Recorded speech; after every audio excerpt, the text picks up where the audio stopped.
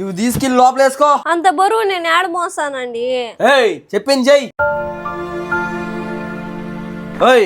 నా పాలు పోసుకొని గుడికాడ కరెంటు బిల్లు కట్టించుకునే వాళ్ళు వచ్చారంట. ఎంత అయిందో కనుక్కొనిరా. ఏంది బాబు అన్ని పనులు నాకేనా చెప్పేదా?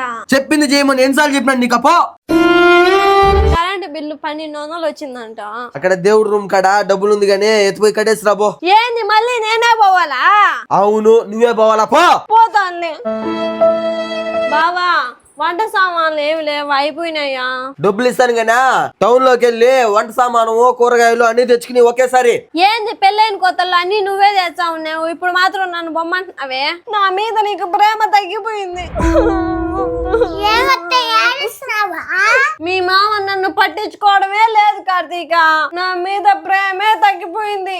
ఏందో ఒకలాడే 2 రోజుల క్రితము నువ్వు మాకి ఏం చెప్పినావా గుర్తు తెచ్చుకోయి. ఏందో బోయే పొద్దున్న నుంచి సాయంత్రం వరకు పని చేసేది కాకుండా ఇంట్లోకి వచ్చిన తర్వాత ఏదో ఒక పని చెప్తా ఉంటావా? ఆడ పని ఎరగేసి మెరుగు పెడతావు, ఇంట్లో పనులు చేసేదానికి అలసిపోతావు. సరే సరే ఎండగా ఉంది, కొన్ని నీళ్ళు అన్నాయి దుబ్బా. నీళ్లు కూడా లేవు, నువ్వు తెచ్చేనే తాగాల. ఒరే మావా, అది ఆ మాదిరిగా పనులు చెప్తా ఉంటే నువ్వేందో గుమ్మ ఉండాలా? ఇంకేం చేయమంటావు కార్తీక? ఇంకేమన్నా మాట్లాడితే ఏడుస్తుంది. ఆ మాదిరికి భయపడతానే ఉంటే పెళ్ళాం కింద బతకాల్సి వస్తుందిరా.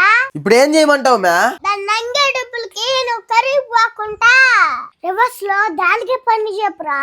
అప్పుడు అది నిన్ను మొగుడులాగా చూస్తాది. ఏమే మొగుడులాగా బతకతావా పనోళ్ళలాగా బతకతావా? కార్తీక నేను మొగుడినే మ్యా.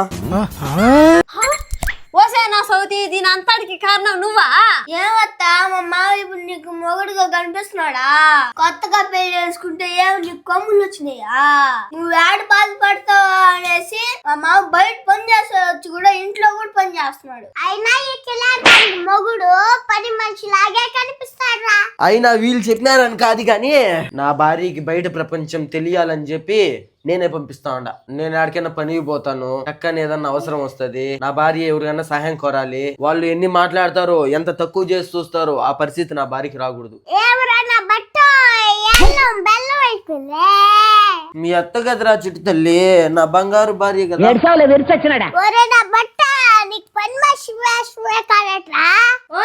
నా మగుడు